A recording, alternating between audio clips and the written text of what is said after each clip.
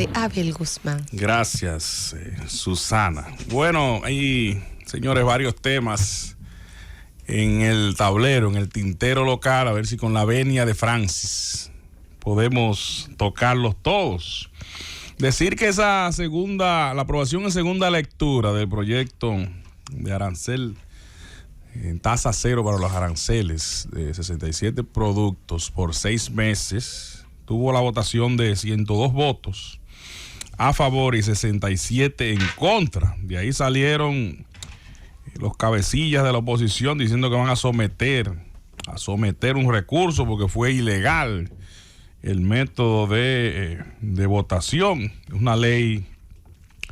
Hay una disputa ahí, la recomendación de que fuera ley orgánica, otros dicen que no, que es ley ordinaria del artículo 113 de la Constitución. En fin, señores, se ha dado ya un consenso alrededor de esa ley y lo que estamos es desde la tribuna política, la garata con puño, regateando ese consenso como una solución a un problema latente que apenas está, como quien dice, empezando para el país a nivel de geopolítico y a nivel de inflación. Hoy precisamente ese era un tema de reflexión en la reunión del Consejo Nacional de Zona Franca, se dio en la Dirección de Aduanas, en el auditorio. Ahí se reflexionó mucho. El director de Aduanas reflexionaba junto con empresarios, de la situación que está viviendo el mundo y que cada quien, cuando le toca un pedacito de sus intereses, nadie quiere sacrificarse por el bienestar del país en situaciones que usted compara con otros países. Y ahí vengo yo y comparo algo que está pasando desde anoche, desde la madrugada de hoy, mejor dicho, en Perú. Si uno compara las situaciones que hay en otros países de pobladas en las calles, de gobiernos que están en un hilito y de gente que está comiéndose literalmente uno con otros. Esas medidas son salvaguardas que todos los sectores políticos y económicos y empresariales tienen que sumarse a una, y mediante el diálogo cualquier disparidad, cualquier contradicción, irla resolviendo como se ha estado dando ahora con ese tema. Ahí se le agregó a ese proyecto, para pasarlo a la comparación con Perú, porque no lo voy a dejar, se agregó un párrafo donde se establece en ese proyecto de arancel cero para los 67 productos, que la Comisión para las Importaciones Agropecuarias podrá limitar con topes cuantitativos vía cuotas la importación de esos productos y determinará los mecanismos de administración correspondientes.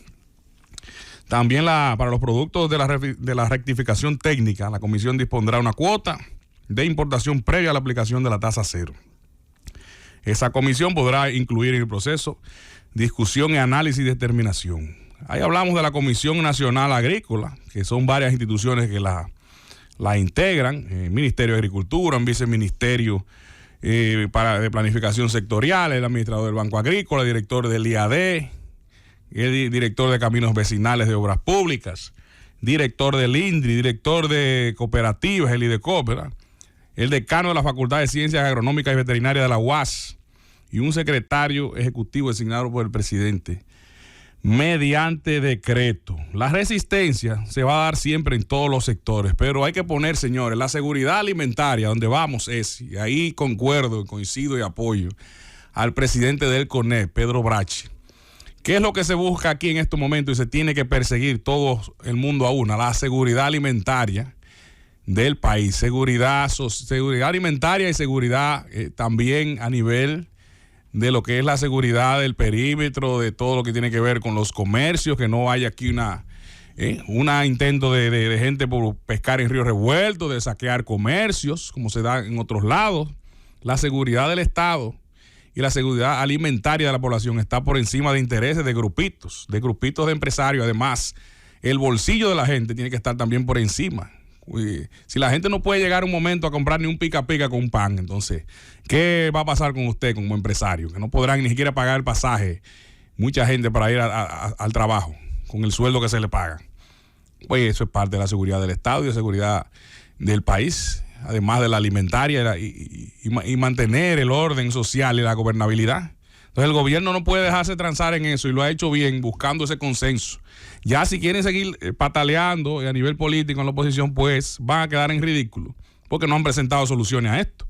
Industriales presentaron esas adendas, esas modificaciones al proyecto y fueron aprobadas hoy con 102 votos a favor en la Cámara de Diputados. Va al Senado y ahí no habrá problemas por mayoría que hay del Partido Revolucionario Moderno y aliados en el Senado. Y además, si ya hay un consenso de la mayoría de los sectores, lo que hay que sentarse con los polleros, sentarse con los otros sectores, la Junta Agroempresarial. Y qué bueno que Osmar Benítez, de la Junta Agroempresarial, ex ministro de Agricultura del pasado gobierno, qué bueno que anda diciendo que no quiere que politicen el tema. Hay que tomarle la palabra a Osmar Benítez, no politizar el tema, porque esto es un asunto de no perder los productores, pero tampoco liquidar el bolsillo de la gente. Ahí es que está el equilibrio, don Pedro Brache. Equilibrio en el productor, no quede en la quiebra el empresario, el intermediario, el comerciante, pero que la gente no se vea asfixiado económicamente, sin un gobierno que diga, vamos a trazar esta protección, esta valla, este muro, para que no se rebase, como ha pasado con la gasolina.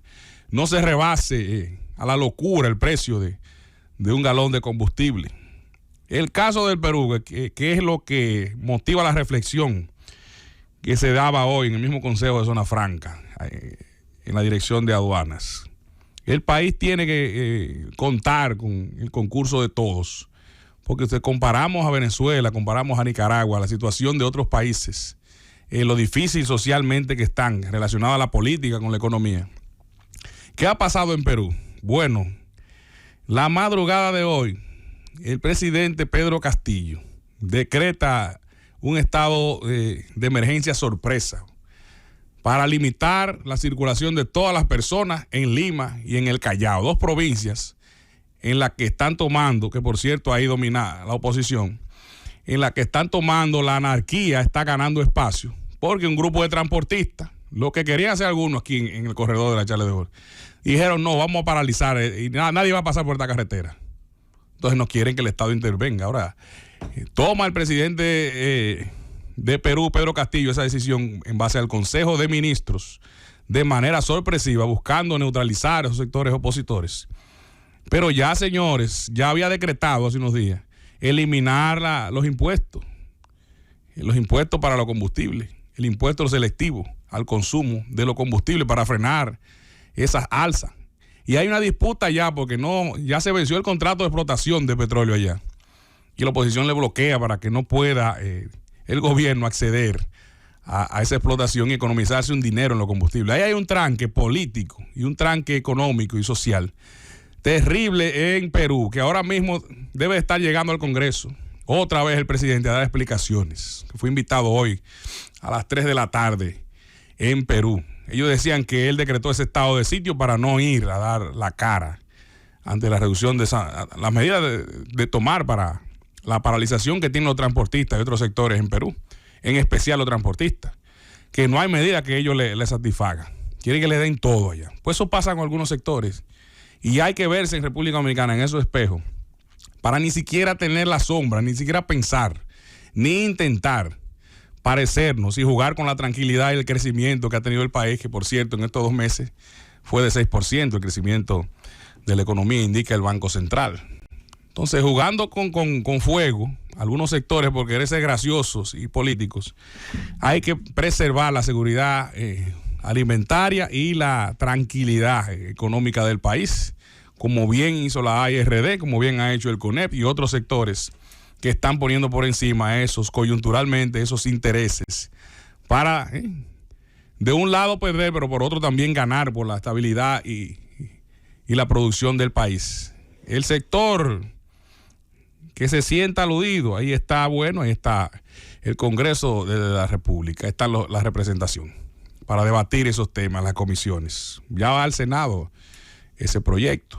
Entonces esperamos que las cosas sigan tomando la medida del diálogo y tomando por encima de las improvisaciones, porque primero está, como hemos dicho, la tranquilidad y vernos en esos espejos donde el gallo loquismo está imperando. Lamentablemente, cuestión de horas que en Perú en cualquier momento haya ahí una vacancia de la presidencia de Pedro Castillo por incapacidad y por anarquía también, porque de todo tiene ahí un poco ese Congreso unicameral en Perú, y que nosotros debemos cuidarnos. Ahí también fuimos testigos hoy de que la Junta Central Electoral depositó el proyecto de modificación de leyes de partido y régimen electoral. Hoy fueron formalmente ante el Senado de la República, buscando, señores, que antes que le coja la noche se modifiquen estos proyectos. Estábamos ayer compartiendo,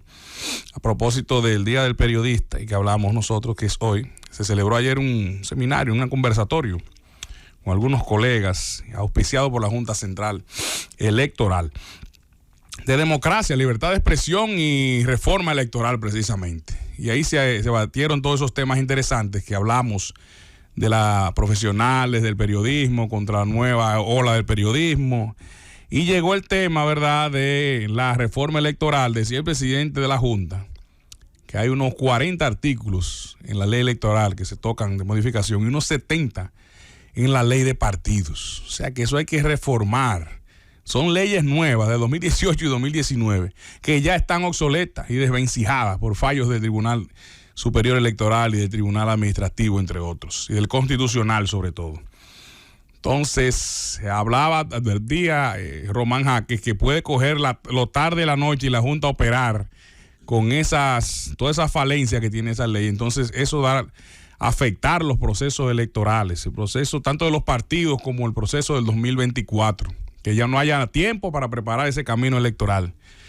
Entonces, entiendo que esas propuestas depositadas hoy ante el Senado por la Junta Central Electoral, modificar ley de partidos y de régimen electoral, deben ser tomadas en cuenta, deben estar relacionadas también con la modernidad de los partidos y el libre ejercicio de la democracia y la expresión también, porque va a dar al traste con todo lo que tiene que ver con la propaganda, publicidad y rendición de cuentas en el sistema electoral dominicano. Abogamos porque el Congreso ejerza su rol en este sentido y acelere el conocimiento y la aprobación de esas modificaciones en el marco electoral dominicano.